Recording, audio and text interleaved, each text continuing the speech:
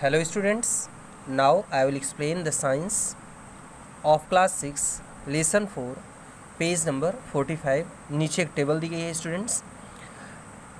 Difference between solid liquid and gases on the basis of their properties. अब हम solid liquid और gases में उनकी प्रॉपर्टीज़ के बेस पर हम उनके अंतर को समझेंगे। स्टूडेंट्स आप इसको ध्यान से समझिए कि एक चीज़ पहले दिया गया है property position of particles. Students यहाँ पार्टिकल्स का मतलब ये होता है कि हमारा सॉलिड जो होता है वह बहुत ही छोटे छोटे पार्टिकल्स से बना होता है, बहुत छोटे छोटे कणों से बना होता है। आप जैसे चाक को देखिए जिससे हम लोग ब्लैक बोर्ड पर लिखते हैं, तो यह चाक भी बहुत छोटे छोटे पार्टिकल्स की बनी है। जब हम लोहे को काटते हैं किसी उसकी आरी से, लोहे काटने वाली आरी से, तो उसमें भी लोहे के छोटे छोटे पार्टिकल गिरते रहते हैं।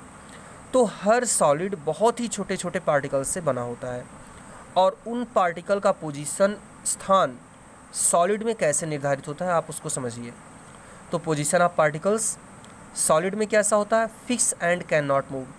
तो हर पार्टिकल का पोजीशन सॉलिड में फिक्स होता है और वह पार्टिकल अपने स्थान से इधर उधर नहीं घूमता, अपने स्थान से इधर उधर नहीं जाता। लिक्विड में क्या है कि नॉट फिक्स्ड। लिक्विड में पार्टिकल की पोजीशन फिक्स नहीं होती है and can move with in the volume.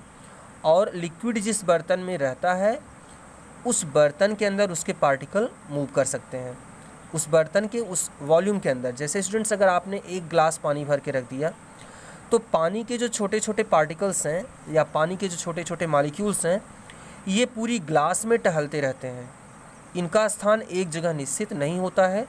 तो इस तरीके से लिक्विड में पार्टिकल की पोजीशन फिक्स नहीं होती है। अब स्टूडेंट्स गैस का समझिए। Not at all fixed and are always moving. तो लिक्विड में जहाँ पानी की सीमा के अंदर ही पार्टिकल्स का मूवमेंट होता है, सॉलिड में पार्टिकल्स का मूवमेंट बिल्कुल नहीं होता है, इनका स्थान फिक्स होता है। लिक्विड में पार्टिकल्स का मूवमेंट होता है, इनका स्थान फिक्स नहीं होता है, लेकिन अपनी सीमा के अंदर रहते हैं। और गैसेज में इनका स्थान तो फिक्स नहीं रहता है और इनकी कोई सीमा भी नहीं होती है। मतलब गैस के मॉलिक्यूल को अगर मौका मिला तो ये अपनी बाउंड्री को छोड़ करके बाहर चले जाएंगे। लिक्विड में मॉलिक्यूल्स अपनी बाउंड्री को नहीं छोड़ते हैं, ये मूव करते रहते हैं लेकिन अपनी बाउंड्री को नहीं छोड़ते हैं। लेकिन गैस के मॉलिक्यूल मूव करते रहते हैं और अपनी बाउंड्री को भी छोड़ के चले जाते हैं। जैसे स्टूडेंट्स देखिए धुआं है, अगर धुआं निकलता है, कहीं से भी अगर धुआं निकल रहा है तो यह धुआं चारों तरफ हवा में फैलता चला जाता है। तो इनके पार्टिकल्स जहाँ भी मौका पाते हैं वहाँ चले जाते हैं। सॉलिड के पार्टिकल्स मूव नहीं करते हैं, उनका स्थान फिक्स होता है। लिक्विड के पार्टिकल्स मूव करते हैं लेकिन एक सीमा के अंदर रहते हैं, अपनी सीमा के अंदर ही रहते हैं ये। और गैस के मॉलिक्यूल्स मूव करते रहते हैं और ये इनकी कोई भी सीमा नहीं होती है, जितना भी जगह मिलती है उतने में ये फैल जाते हैं।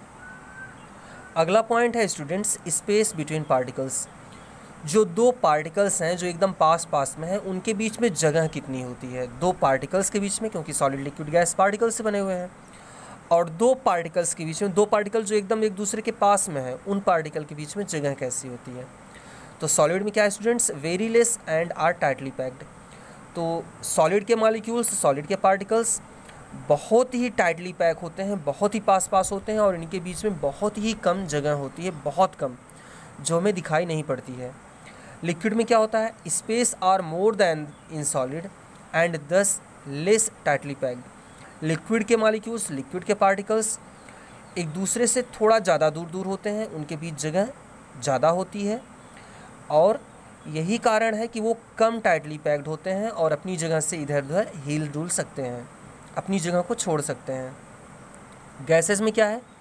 Largest of all the states. मतलब सॉलिड और लिक्विड के कंपैरिजन में इनके मॉलिक्यूल्स बहुत दूर दूर होते हैं एंड आर नॉट पैक्ड, और पैक्ड भी नहीं होते हैं। स्टूडेंट्स ये देखिए, ये फिगर भी दिया गया है, ये सॉलिड के पार्टिकल्स पास पास में हैं, लिक्विड के पार्टिकल्स थोड़ा दूर दूर हैं और गैस के पार्टिकल्स एक दूसरे से बहुत ही ज़्यादा दूर हैं।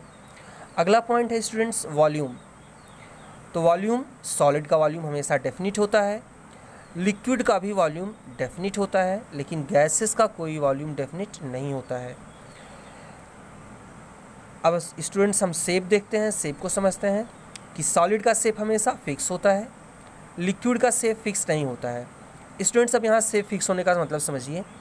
आप एक गिलास पानी लीजिए, जब तक पानी ग्लास के अंदर है तब तक पानी का शेप ग्लास के जैसा है, लेकिन जैसे ही अब आप इस पानी के ग्लास को किसी दूसरे बर्तन में डाल देते हो, जैसे आपने मान लो एक मग में आपने डाल दिया, आप जब मग में पानी को डालेंगे तो अब पानी का आकार मग की तरह से हो जाता है। तो इस तरीके से पानी का ग्लास तो एक ही ग्लास रहेगा, पानी की मात्रा एक ही ग्लास रहेगी, लेकिन उसका आकार बदल गया।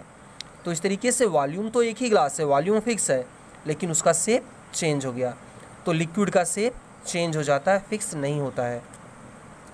और गैसेज में स्टूडेंट्स इनका न तो वॉल्यूम ही फिक्स होता है और न ही तो इनका शेप। जिस भी बर्तन में रखे जाते हैं पूरे के पूरे बर्तन में गैस के पार्टिकल्स फैल जाते हैं।